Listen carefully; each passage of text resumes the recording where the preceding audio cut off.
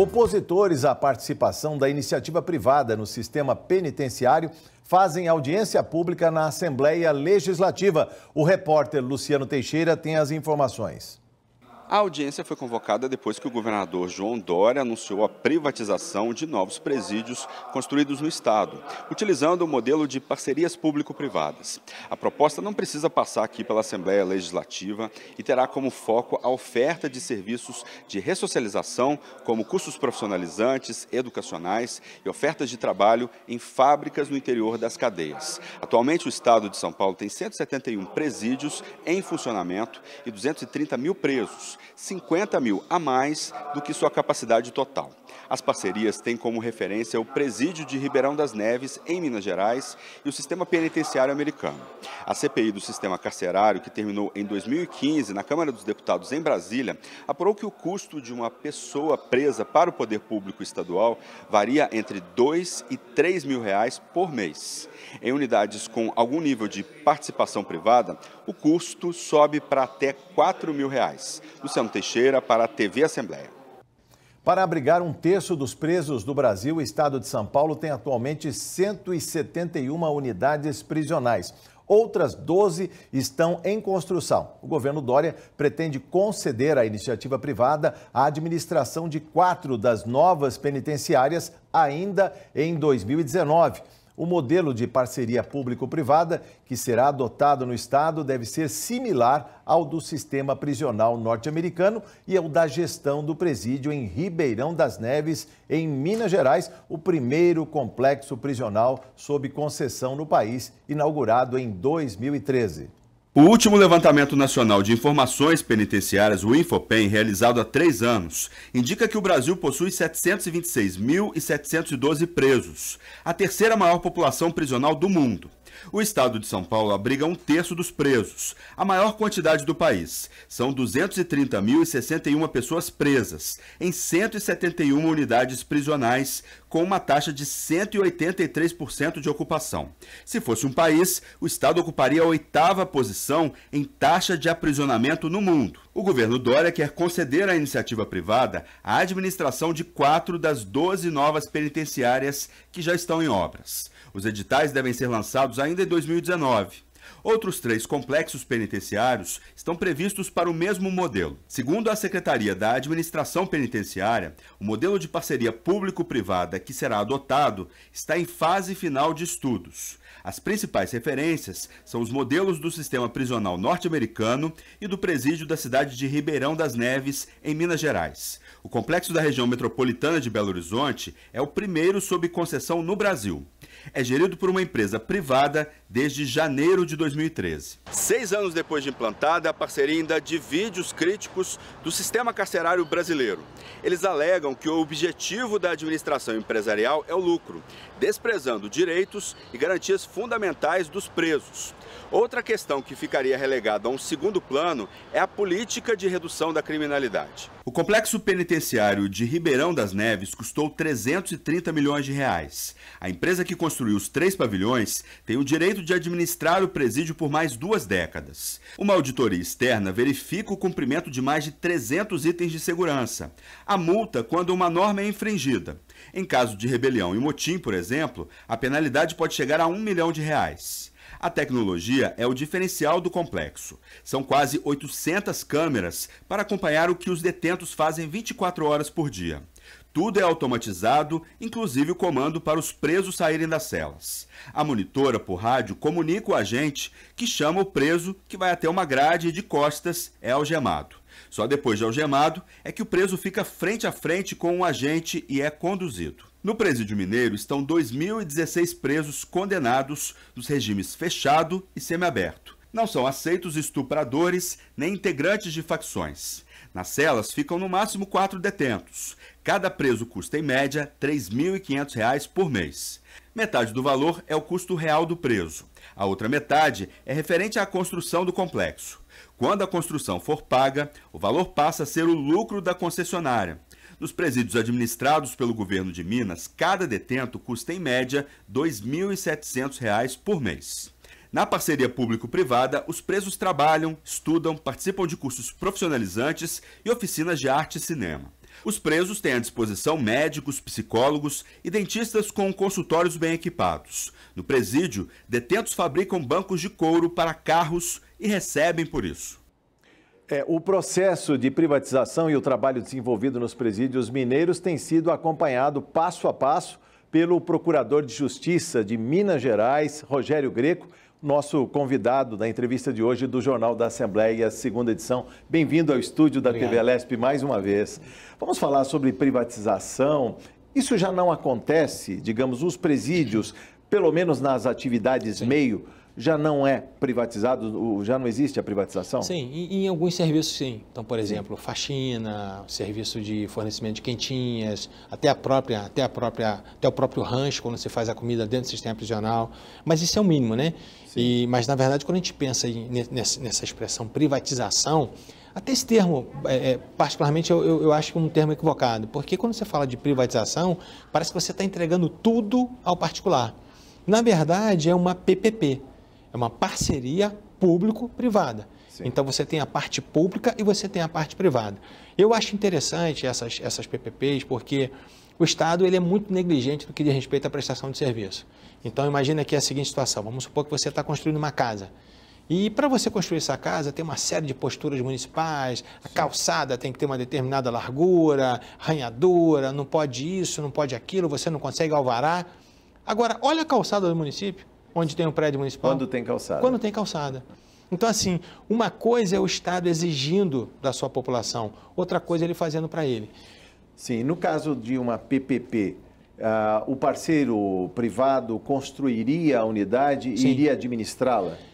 Eu particularmente acho que ele só deve construir a unidade e fazer a manutenção dessa unidade. Agora, a administração tem que ser sempre pública.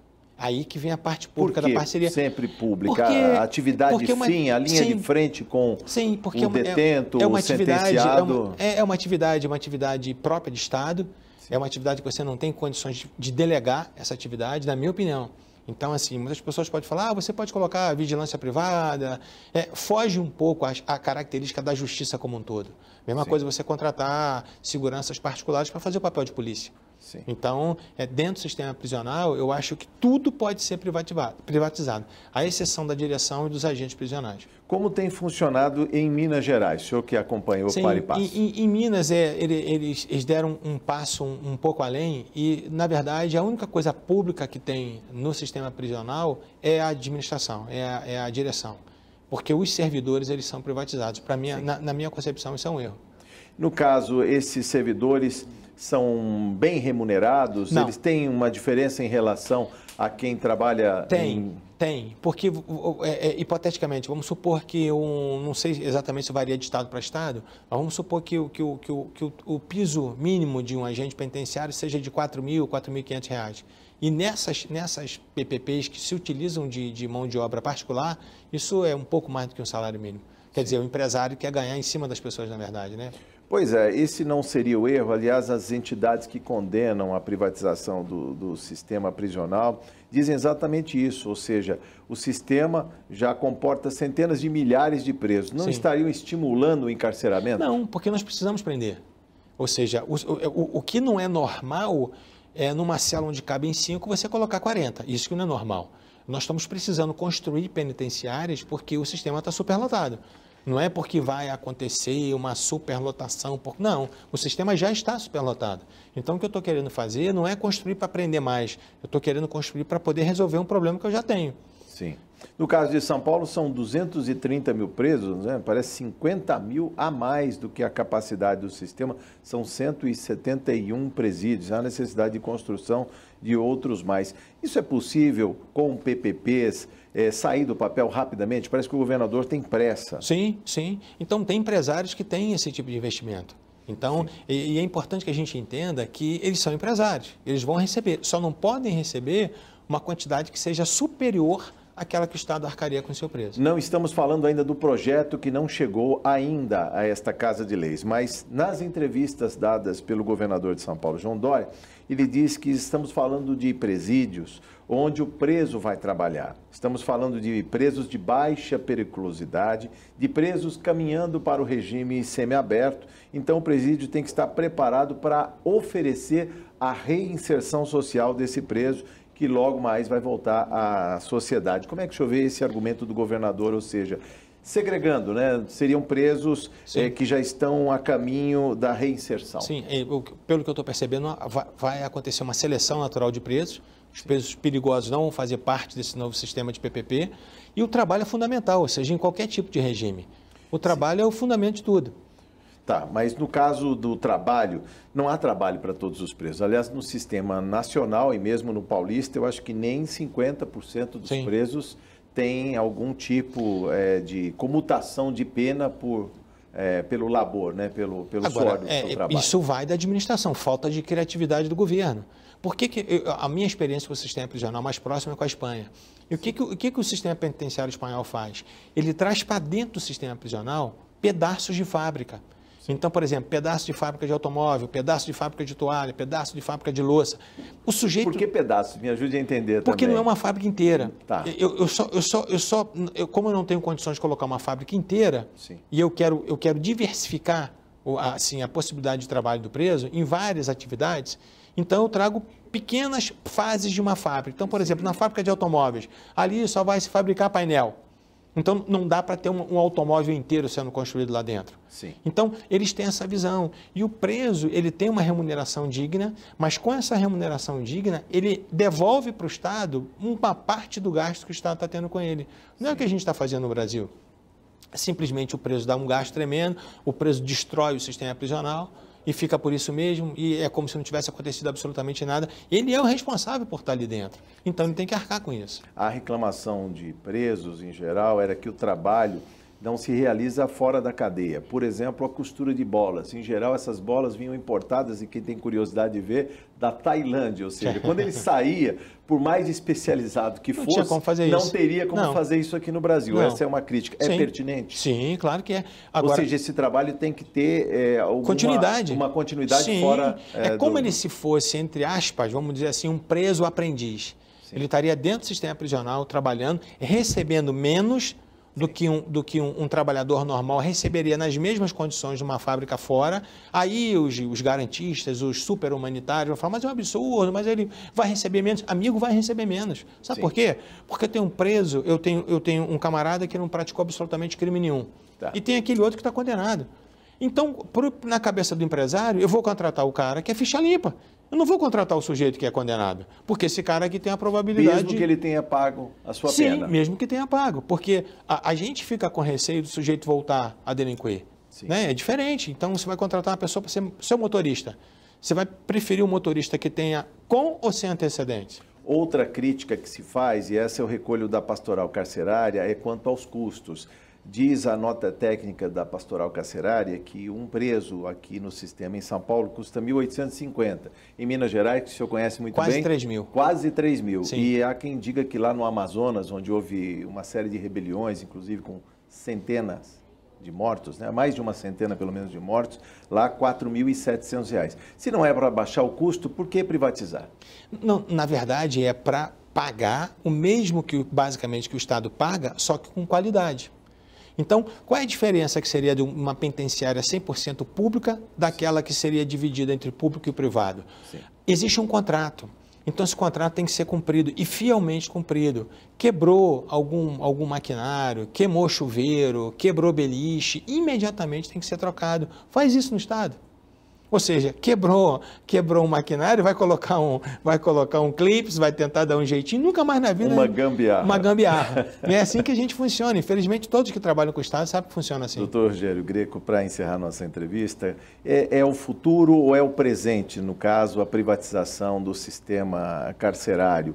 Porque o Estado já não tem mais recursos nem para construir novas cadeias, sim, muito menos para tocar, para investir na hotelaria, vamos dizer assim. Sim. Seria necessário buscar parceiros privados, sim, e mais capital para que, pelo menos, essa parte do Estado seja administrada com mais eficiência? Sim, é o presente, não só a PPP, como a tecnologia também. Nós temos que usar mais a tecnologia. Sim. Então, por exemplo, hoje as tornozeleiras eletrônicas, tem muitos estados que não tem tornozeleira para todos os presos. Sim. Ou seja, mantém uma pessoa presa porque não tem tornozeleira, ou seja, mas o grande problema, para resumir isso, o sistema prisional está dessa forma por uma única palavrinha, chama-se corrupção. Porque o dia que o Brasil deixar de ser corrupto, vai ter verba para o sistema prisional. E o senhor acha que privatizando não vai ter corrupção? Sim, vai. Ou pelo menos vai diminuir a corrupção? O acesso, inclusive, eu digo, a pressão que existe do crime organizado. Sim, mas aí que vai o papel importante do Ministério Público. Porque o Ministério Público tem que exercer uma fiscalização rigorosíssima nesses contratos. Sim. Então, para que não haja corrupção, tem que haver um controle fortíssimo pelo Ministério Público. Bom, voltaremos ao tema. Muito obrigado por sua entrevista. Foi um prazer conversar com o senhor no Jornal da Assembleia. Muito obrigado. Obrigado. Termina aqui essa edição do Jornal da Assembleia, que você pode assistir também a programação na internet pelo YouTube. A gente volta amanhã. Até lá.